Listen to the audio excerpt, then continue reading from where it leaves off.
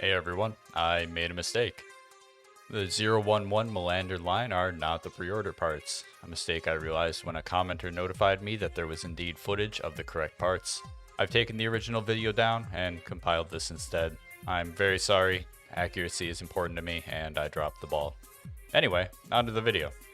Anyone who pre-orders Armored Core 6 Fires of Rubicon will receive the Melander C3 G13 AC frame at the start of the game.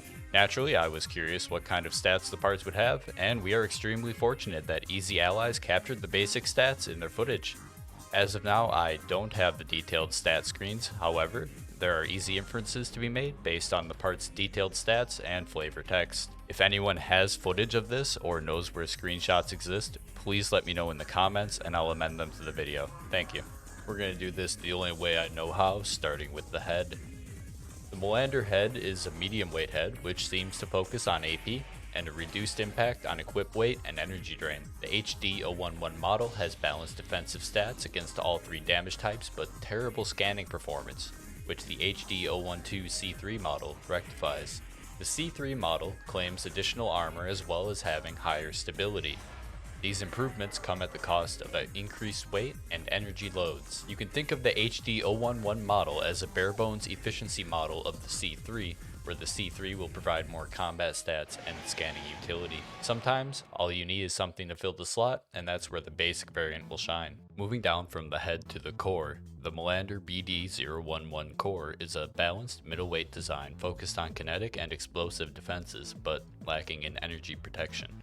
The C3 model slightly increases energy drain and weighs 1,000 units less, having less stability and AP, which leads me to believe it has higher defensive stats. Without a detailed stat sheet for the BD012 C3 core, I have to lean on intuition. The choice here then is a lighter model with otherwise similar stats. You lose a bit of AP, but you make some weight savings and potentially have higher defense stats according to the flavor text.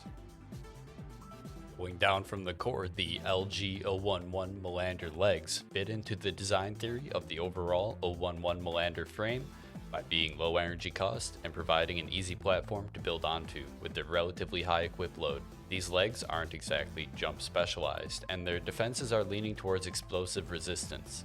The LG012 C3 variant sacrifices the more basic stats like load limit, raw AP, and stability to reduce their weight and energy cost further, and potentially improve defenses according to the flavor text. I don't have hard evidence for the defenses, so we must take the flavor text with a grain of salt. Being biped legs, both variants are efficient generalists, lacking any unique mobility options, but providing solid stats in key departments like stability and passive energy drain. Finally, we're on to the last part of the frame, the arms.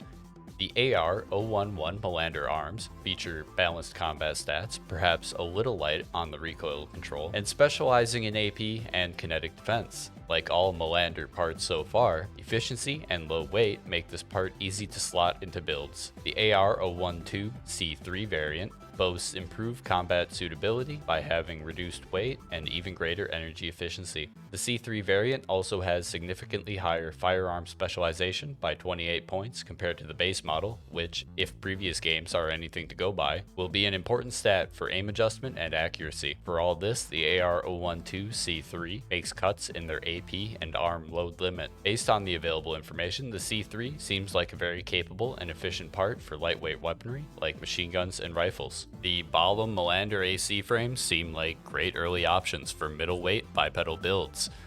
Players with the Melander C3 variant pre-orders can enjoy some heavier builds from the outset of the game with the increased leg load capacity. Energy efficiency is one of the high priority stats in older titles, which may be true for Rubicon as well. Reducing the frame's passive energy drain increases how fast the energy bar will refill without making changes to the generator or boosters. Incredibly valuable when you're on the edge of acceptable energy, but already have your personal best in slot generator booster pair. This frame seems suited to traditional rifle and machine gun double trigger loadouts, so if a gunfighter playstyle is your jam, you'll enjoy some nice stat boosts from the outset of the game. If that's not the build you want to go with, fret not. All parts are confirmed to sell at the same price they buy for, meaning you could just dump all these parts into the shop and enjoy a massive credit boost. That initial credit injection will allow massive flexibility to make your Armored Core fit your playstyle as soon as the first mission is complete. Besides stats and credits, I cannot talk about AC parts without talking about the design and visual appeal. The Medium Melander parts can trace their design language all the way back to Armored Core 1, or for my 3rd gen bros, the Crest Company. They feature flat surfaces and straight edges between faces.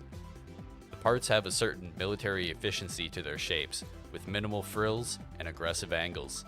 Sloped armor on some of the parts hints to their kinetic resistance, and overall I quite like the bottom line of parts. I look forward to seeing even more in the full release. Thanks for listening to my ramblings. I hope this helps people understand what they're getting with the pre-order bonus. Remember to like the video if you liked it, and subscribe for more Armored Core content. I've got a few more topics I want to cover about Armored Core 6, and some edited retrospective reviews of the older AC games in the pipeline. For live content, stop by my Twitch channel on Monday or Thursday at 4 PM CST, where I'm in the middle of completing S ranks in Armored Core Verdict Day. That's all for now. Goodbye.